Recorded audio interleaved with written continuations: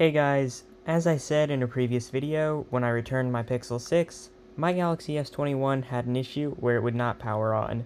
So I went to Best Buy, and since I bought the Geek Squad protection plan, they gave me a new phone.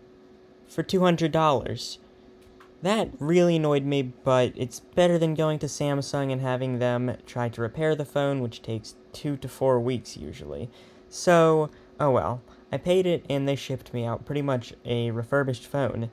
It's clearly a refurbished unit because the IMEI that's printed on the back is kinda weird and not really OEM looking, but yeah. Right now I do actually have two Galaxy S21s because I have to ship the other one back tomorrow, so that's pretty cool. But yeah. I just wanted to make this video to announce that this phone is now another phone that I have to use. So yeah.